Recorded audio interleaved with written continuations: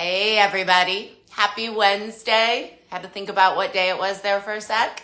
So you guys, we're gonna give it a quick second just for some people to jump on, let the notifications go out. I'm just gonna double check and make sure that we're live.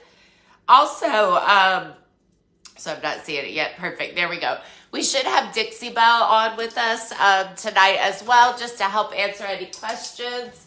You guys, if you can't hear it, I'm sick, but I just did not want to cancel a live. I've just had a lot of stuff going on lately. I had to cancel a couple already.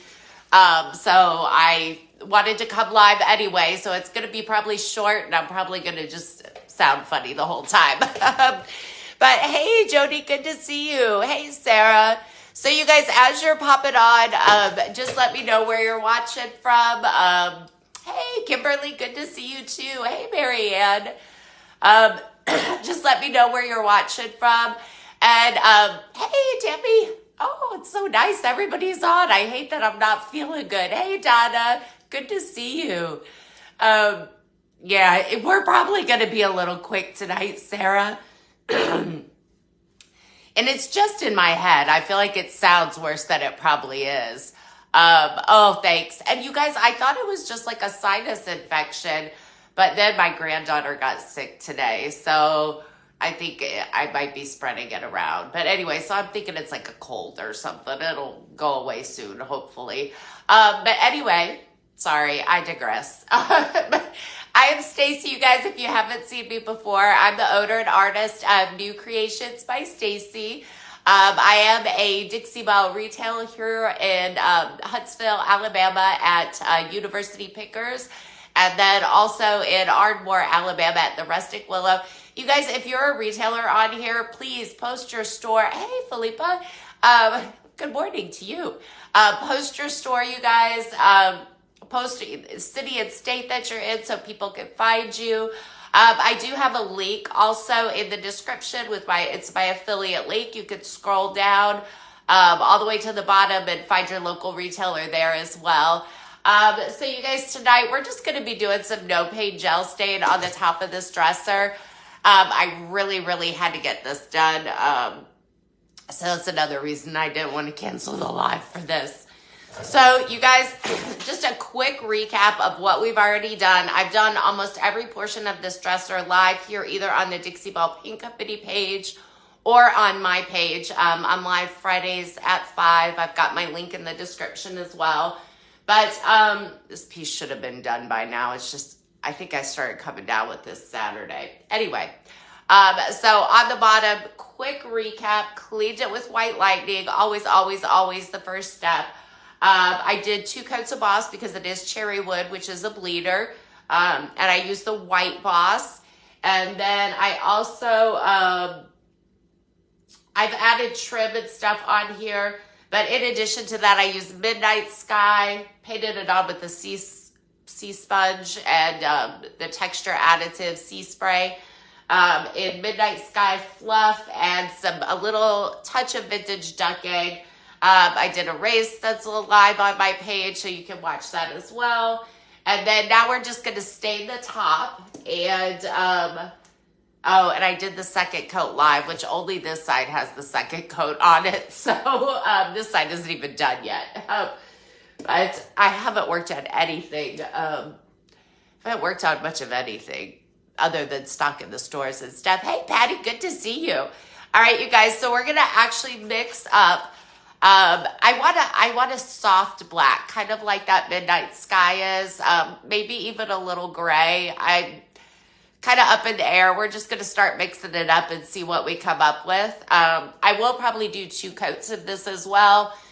So it'll probably be pretty transparent still tonight. I do like to keep my stain transparent, but, you can do it any way you like. So we've got Weathered Gray, which is a really light gray. And then we've also got Colonial Black here, which is, like it says, black. So guys, before I stand up and move around to the back of this dresser and get you a good view, I just want to tell you I'm wearing my pajama pants. I just had energy to do the live, so I just want to warn you ahead of time. This will be my first time ever live in pajamas. I have to tell you, Kristen does it, and I love it. I just don't have that kind of confidence. So we're going to pop you over and take a look. I'm going to try to watch the comments too. Yep, and you know I have my slippers on, Marianne. You know. Now that's something, I always have my slippers on. For some reason, I feel like you guys can't see my feet. I don't know what that's about because I know you can, but anyway. Let's see. Oh, well, thanks, Barbara. I should have had this done. I should have had this done already. I'm kind of upset with myself that I don't, but I haven't been feeling good. So I'm going to bring you in. I'm going to pop this back out in a sec here. Rock my pajama pants. Thanks, Sarah. Oh, lucky you. That is the best thing to work in, pajama pants. Oh, you're so sweet, Sarah. And I could have, you guys. I just didn't. So I went out of town recently. I couldn't get back in time for my live. And then I had a really bad migraine one day, so I canceled 2 lives in the last probably 2 months, and I just feel terrible. So I just wanted to be live. And anyway, no matter what, I had to get this stained. The reason I have to get this stained is we're working with an oil-based stain, and it takes about 3 to 5 days to fully dry before you can protect it with a water-based protectant. So, and it's typically usually 5 days, especially right now. It's a little bit cooler. I do have heat in here, but still the cooler weather, it takes a little bit longer to dry. We also have a lot of moisture in the air, so that makes it a little bit different as well. So I'm just gonna go ahead and open these up.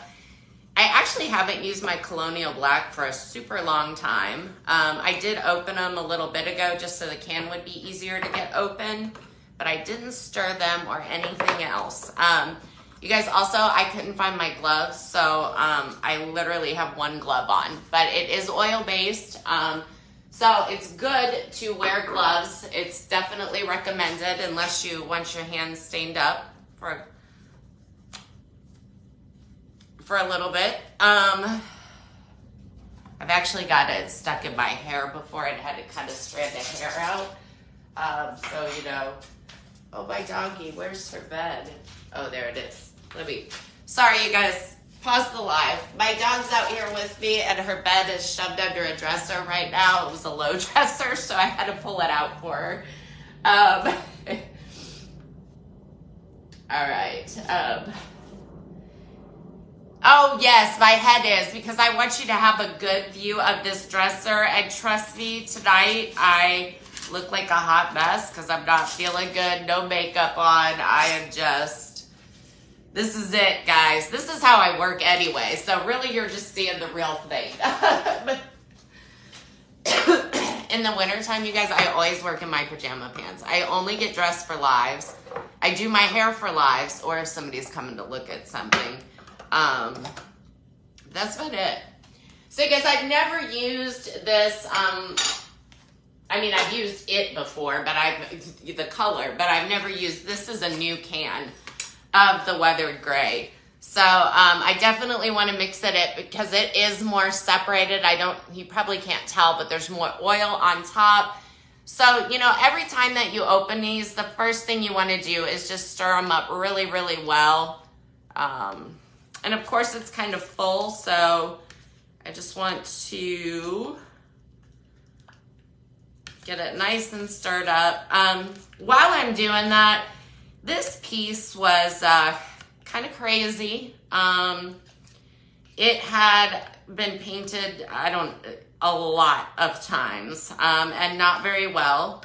There was a lot of texture to it. This top has been stripped and sanded to get all that paint off. There was some damage on here, so there are some nicks and dings. But the paint is still down in some places, but you can use this no paint gel stain over paint. That's not an issue. So that's just gonna turn black. I'm going with such a dark stain. I don't really have to worry about that. I did not use any type of wood conditioner on it. It's not necessary with this no pain gel stain, but actually I'm gonna dump a little bit of this on my plate, just a little bit. For right now, let's go ahead and mix this up. You do typically want to be in a well-ventilated area as well when you're using this stain. I was on another track here about, oh, you don't have to sand first before you put this on. It can sit on top of the original finish. I rarely do that because I do like how it looks. Oh, why didn't I use the spoon? So let me tell you something, you guys. See what I just did there? If I don't clean this out after the live, I never do that. I don't know why I did it. If I don't clean this out after the live, I'm not going to be able to get a good seal on my can here, and I will end up drying up a top layer of this stain if I don't clean that up and I don't seal this can really well. So that is one thing that you want to make sure that you do. If you can't clean it up for some reason or whatever the case may be, then all you have to do is put it like a plastic bag around it and, well, seal it up as well as you can. And then you can also lay saran wrap on, put the lid on, kind of bang it down, and then put it in a Ziploc bag, get as much air out as you can, and that'll save it. Because I don't use Colonial Black very much. I've probably had that for a couple years. So you just need to seal them up really well. So Felipa's asking about staining over a laminate desk. So yes and no. I wouldn't just put the stain right on top of laminate because laminate is very slick. Some people sand laminate. I personally do not, Felipa. So, and when you sand laminate, you have to be really careful because it'll get really grainy and nasty like. I do not sand laminate. What I have done over laminate before, because you can rough it up, do kind of like a scuff sand on it. If it's a super glassy laminate, you have to use a bonding primer though. But I put a chalk paint over that, similar to the color of a wood. And then what you can do is do not protect after the chalk paint, so it's gonna be really, really porous, and then put your stain over that chalk paint and it'll look like you're staining over wood. But that would be my best recommendation. That's what I do. I do not trust, when it goes on laminate, I don't trust the quality of it, I guess would be my best thing. I'm not saying that no one ever does it and no one's been successful, but it's not something I would personally recommend. Hey, Jeannie, good to see you. All right, you guys, so I don't really know what color I want. I know I want it pretty dark, and I think I probably have too much Colonial Black, but we're gonna see. We're just gonna mix this up. You guys, when you're mixing with a light color, it usually doesn't take a whole ton. But I think this, actually, I think this is pretty much how I'm gonna want it to be. I just wanna make it like Midnight Sky. So it's like still a black, but it's like a soft black. It would be something like a color similar to like what black sands would be or something like that. I wonder if this will be enough. You know what? I'm gonna mix. I think I want a little bit more stain. It doesn't take a lot of stain, but I wanna make sure I have enough. And I don't mind it being a little bit streaky. So I'm actually just gonna put a little bit more of that in here. And by the way, since this is oil-based, you do have a lot of work time on it. You know what? This time I'm gonna use the spoon. So this is what I should have done the first time. I don't know what I was thinking. There we go. That should be enough.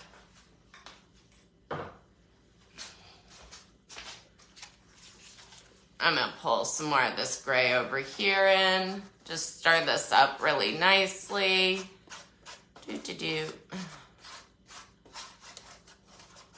You guys probably didn't need the sound effects. Sorry. Guys, I just hope this is like something that's viral so it goes away and I don't have to go to the doctor. All right. So you guys, you can see like this is still black. It's just a little bit softer. It's still a little bit streaky. I could continue to mix it, but I want it, I sort of don't mind if it's streaky in some areas. So now to apply it, I'm gonna actually roll myself back some so you can see the whole thing. So I'm not off camera, I don't think, yeah. And I will come back in the picture in a little bit here. I think this is as close as I can have you though and have the whole top of this showing. Could that possibly give you that pretty gray brown or would it just end up muddy? Okay, so actually I do that all the time in the Voodoo Gel Stains, those colors, Kimberly, and I absolutely love them together. It really kind of reminds me when I do it with those, the gray is actually a little bit darker than the weathered gray, so I'd probably put a little bit of black in there to make like a darker gray, and then if you're using these stains, and then I would put some brown into here. And it does actually give you like a really pretty grayish, brownish neutral. And that looks really nice streaked. I like that one streaked. Hopefully that helps, Kimberly. So, all right, here we go. I'm gonna be using an applicator pad. So you guys, I wanna tell you, these are applicator pads. I'm actually using it out of the Terra buffing pad. It's called a buffing pad on here. It's the exact same thing. It's just marketed for another one of the paint lines. So that's all I'm using, and I'll get rid of this whenever I'm done. So all we're gonna do is dip it in here. And we're just gonna start kind of rubbing it on. I like this. This is exactly, so what I wanted was a color that was similar to kind of midnight sky. You guys, and I like to do, like I said, I like to do my stains thin. You can put this on thicker if you want it to look more opaque. It is not, you can just do it however you want. And I like to just keep going over it. You want to go with the grain of the wood. And if you guys notice, I am turned to the side and I am putting this on while I'm turned to the side. And there's a reason I'm doing that. Hold on just a sec. I got some of this on the paint and I didn't bring my, hold on. I didn't bring my mineral spirits out, so I just want to get the excess off over here.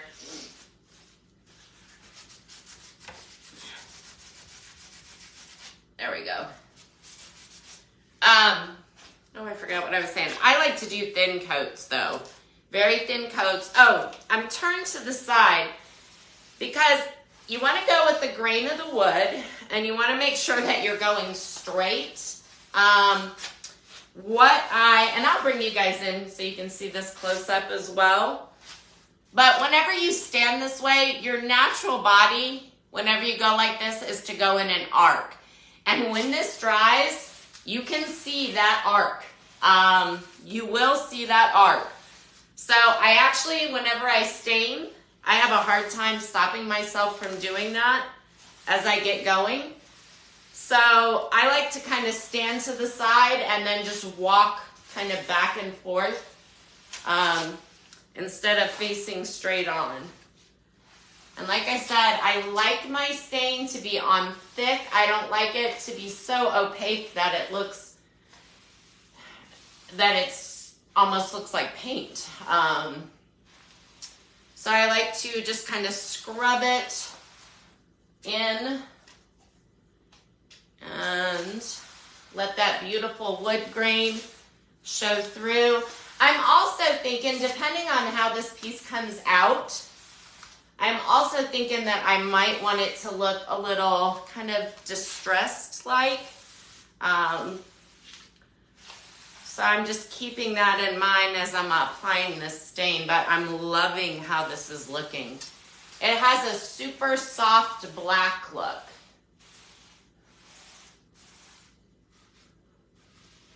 Just gonna go ahead and touch up this side over here.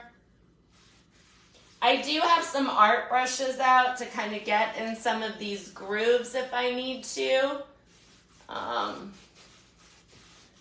One thing you want to be sure of as well is that when you are going around touching up your edges, stain is coming back onto the top. If you don't fix that like I just did, it's going to leave like a smudgy kind of mark. And when it dries, you are going to be able to see it. So like I said, I just want to keep going back and forth. Now you can use a wood conditioner, but it's not necessary. If you have a piece and it's not taking the stain very evenly, which is not the case here, this is doing great. If you have a piece that isn't taking the stain evenly, you just put that wood conditioner on about 15 minutes before you add stain, and it'll help it even out. That really has nothing to do with the stain. That has to do with the wood. So when I'm coming back to smooth that out, I'm turning back to the side so I can make sure I'm going straight back and forth. I'm really bad about that arc if I don't remain conscious of it. I just want to get this on. Now, if your applicator pad gets so clogged up that it's not kind of pulling the stain back for that thin look, you can flip it over and use a clean side, and that'll kind of pull it back a little bit more. But I'm really liking how that's looking here. Let me just touch up. Yeah, you can see here. Let me touch this side up over here. I'm squishing it in. I need to get it into all these grooves. Just make sure that's nice and smooth, that everything's covered. You know, sometimes I might miss a little groove or something like that. It's not really a big deal. After the fact, you can just come in with like an art brush, kind of touch up that spot. So I'm not putting a lot of pressure when I'm cleaning up that edge and going back and forth, but if you leave that overlap there, like I said, it will show. So one thing I like to do too is back here, there's a little overlap with the way this is on the back. And I'm not sure you're gonna really be able to see, but I'm gonna bring you in anyway for a close-up. But I'm gonna take a brush. I'm gonna toss this brush. It's one of my nasty art brushes. And I'm just gonna stain the back edge right here and just get this all down in, because you don't wanna see it at a certain angle and you're seeing like the raw wood underneath. And this kind of has an odd ledge. So I don't do this in all cases, but this one I feel like needs it. If I did want to save my brush too, I can just put it in a Ziploc bag and stick it in the freezer. Get out as much air as I can and it'll be fine. So let's go ahead. We're going to pull this back a little bit. Let me grab I've got all this overlap. If I left it here, it would be terrible. You would definitely see it. So I just want to go in and smooth all that out. So if you are going to do a second coat, which actually now I'm not really sure I am, but if you are going to do a second coat, you want to wait about 24 hours generally. It's usually a good time frame. You want to make sure this one is completely dry, not just dry to the touch. It can feel like it's dry, but it hasn't fully dried yet. You know, like after a couple hours, you might think it is, but it's not really. All right, so we're going to get in all these grooves here. I'm going to tell you something. did not bother to take the time to get out my tools and really get all the paint out of all these dents and dings and everything. So what I will do, I actually considered going over this with a gravel road, just this front section, and put in the stain over that, like I was just telling you guys about, over laminate. And, but I think this is going to take well enough. If it doesn't, I can go back and fix it in other ways, but it's actually taken perfectly, so I'm not even concerned. So the work time, like I said, is really long. It's oil-based. So, you know, I can go over these areas and then I can just come back and smooth this out. So when I'm pulling up my applicator pad, like in the middle of the thing, you don't want smudges in the middle either. So when I'm pulling up my applicator pad, I have more pressure over here, and when I want to feather it off, I just gradually release the pressure, so that way there's no smudgy marks in it, in the middle. Oh yeah, definitely, Jeannie, freeze your brushes. Because I used to always use, before I found the applicator pads, I used to always use a brush, and then I use like a cotton lint-free rag to wipe back the stain, so I could still get like that thin look on it. And I wanted it to be transparent, not opaque. I wanted that thin look, and I would use the same brush for literally a year or two. As long as I got it in the freezer, it was fine, but I ruined a couple because I just forgot to put them in. Just wanted to make that kind of a little darker there. And I'm gonna move you guys down just a little bit so you can see this edge.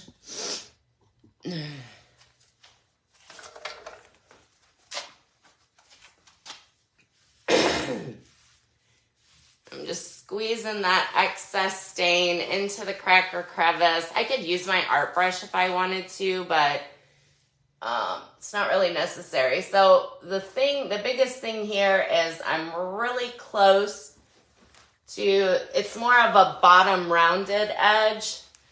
So I really just want to make sure that I am getting everything covered, so that if you're looking at this straight on, you're not seeing any extra wood, but I also just don't want it. You can tape it off to make it easier, but I just don't want to get any of this stain on the paint because I still have a coat to put on here, the last kind of watery coat on here, or at least on this side. I've already done it on the other side.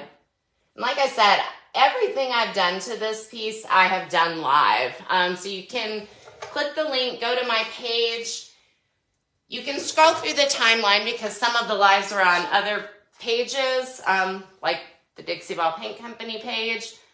Or you can just click on videos. You can see the lives that were done on my page, which there's, I think, a couple on there. If you want to see how it was painted. So yeah, this is just a nice, pretty, soft black. And I'm going to come in later and touch up because I do see some of that edge on the back. You guys probably can't see it on the camera. Actually, let me do it now while we're live. I'm sure this didn't take me very long. All right, so let's do this. And then I'm going to bring you in so you can see a close-up.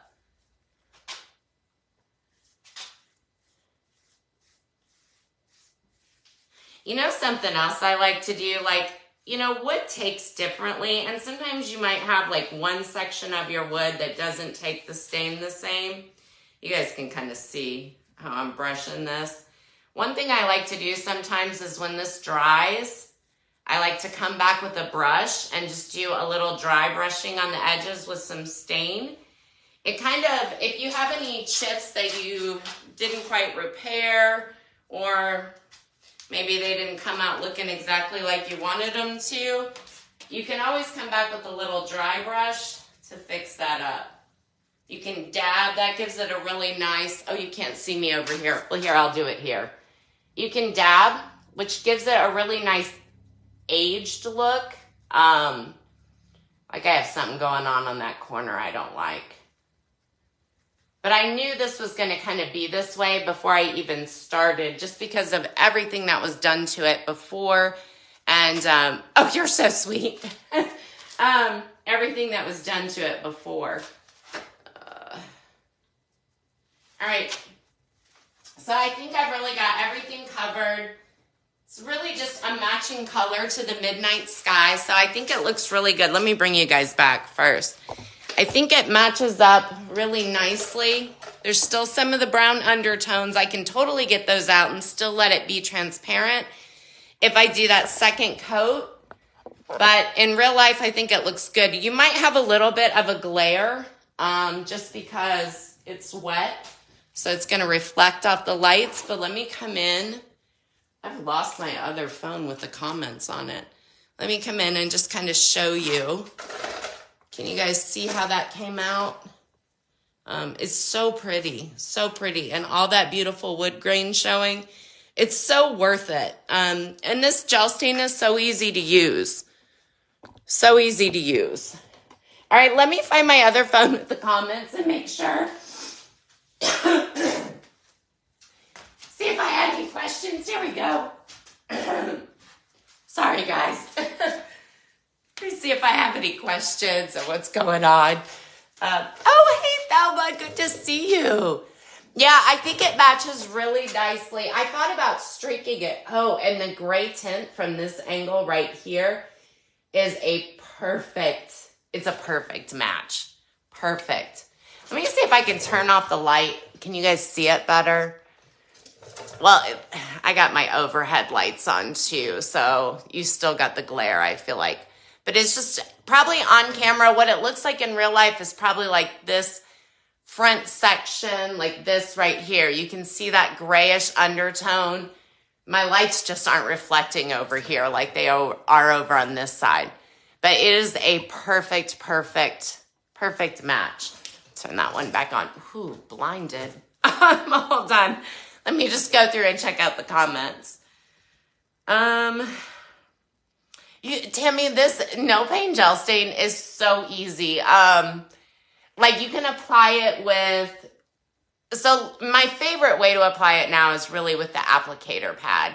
But blue sponge, I like the blue sponge as well. So like when my blue sponges get really old, and they're so old that putting the thing around them, you know, the nylon around them, that's getting old too. Then they go to a stain. I just don't like to, they're only $3, but you know, the applicator pads are a little bit less. So like in business, I feel like every penny counts. But there's no difference. Like whichever one you have or whichever one you like, I like either one of those methods. And then also using a brush and wiping it back with the t-shirt. The bad thing is you're throwing that rag away. So, you know, you have to still consistently get something. That's why I just think the applicator pad's the easiest thing. It's like one and done. No, so this is the no pain gel stain. The difference between the no pain gel stain and the Voodoo gel stain is no pain gel stain is the oil-based stain. The Voodoo gel stain is the water-based stain.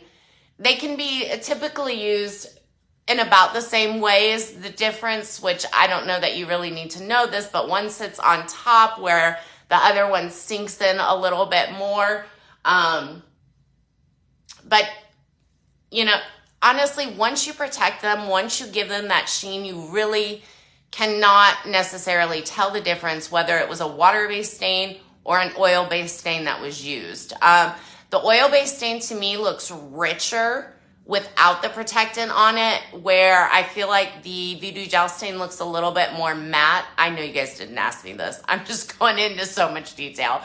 But the Voodoo gel stain looks a little bit more matte. But then once you guys put like whatever sheen you want on it, whether it's like a satin or a gloss or a flat, that is what the end look, that sheen, it doesn't matter about the richness of how the stain looks before that sheen is put on, because you know, who wants to do all this work and not protect it? That's kind of what I think. It's too messy. See, like, I don't feel like it. Normally I just use like the latex gloves that I can throw away. I had some and I can't find them. So I also have that glove that I had on there. It's like a gardening glove with a rubber side so that it doesn't go through. But let's see. This helps. Yeah. All right, so let me just see without pain.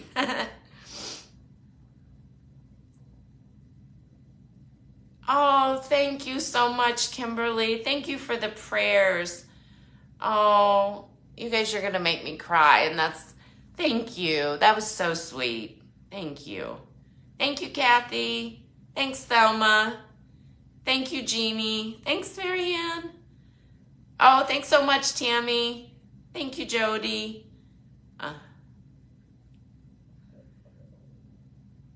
I used to hide. Which kind of mud? Oh, yeah. Listen, I'm just reading about Jeannie and the Dixie mud. Camouflage it, right? They'll think it's like a popsicle. No kidding. You know what, though? I'm going to tell you, because like I said, for years, I stored my paintbrushes in the freezer. And I had one for each color. And at one point, somehow, I even got stained inside my freezer. Like, how does that happen? I'm just a hot mess. Yeah, you guys, just another quick tip. If you're doing your paintbrushes and you put them in a Ziploc bag, you mist them with water, put them in a Ziploc bag. If you put them in a freezer, you can even store them to like the next day or whatever. So that works. I have tried to freeze these applicator pads, but I don't like those as well, how they come out. The brushes are great, but the applicator pads, I don't like freezing them. It's not the same. They kind of get a little crusty still. Brushes don't. All right, you guys, so I don't think I missed anything. I will go back and answer any questions as well. Let's see, give you the pretty gray brown. Okay, so I remember answering that one, Kimberly, and...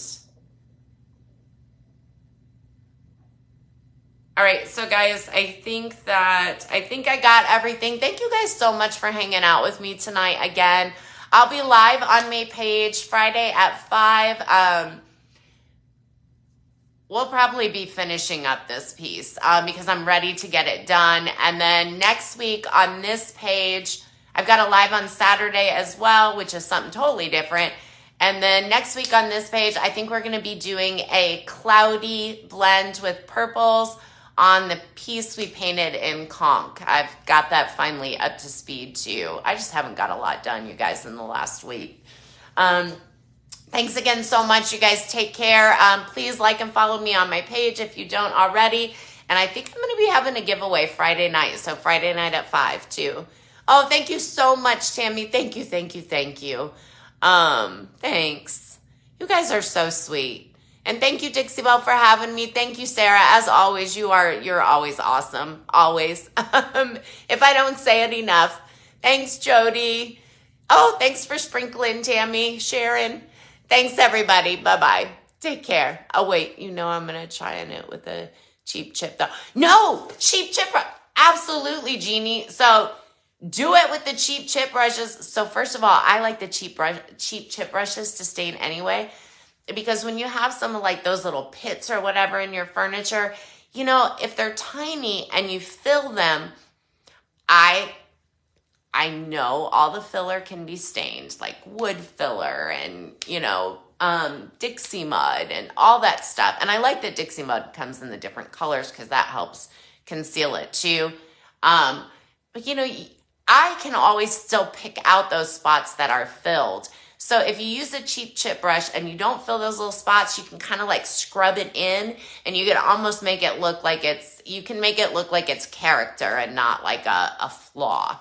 So I like the cheap chip brushes. They're great for getting in that. Or if your wood is so super grainy, you know what I mean? Like it's not super smoothed out. Those chip brushes are good for that too. All right, now I'm really leaving. Sorry, I just saw one last comment, so I had to say something. All right, bye. Have a good night. Well, actually, it's not letting me leave. I'm trying to hit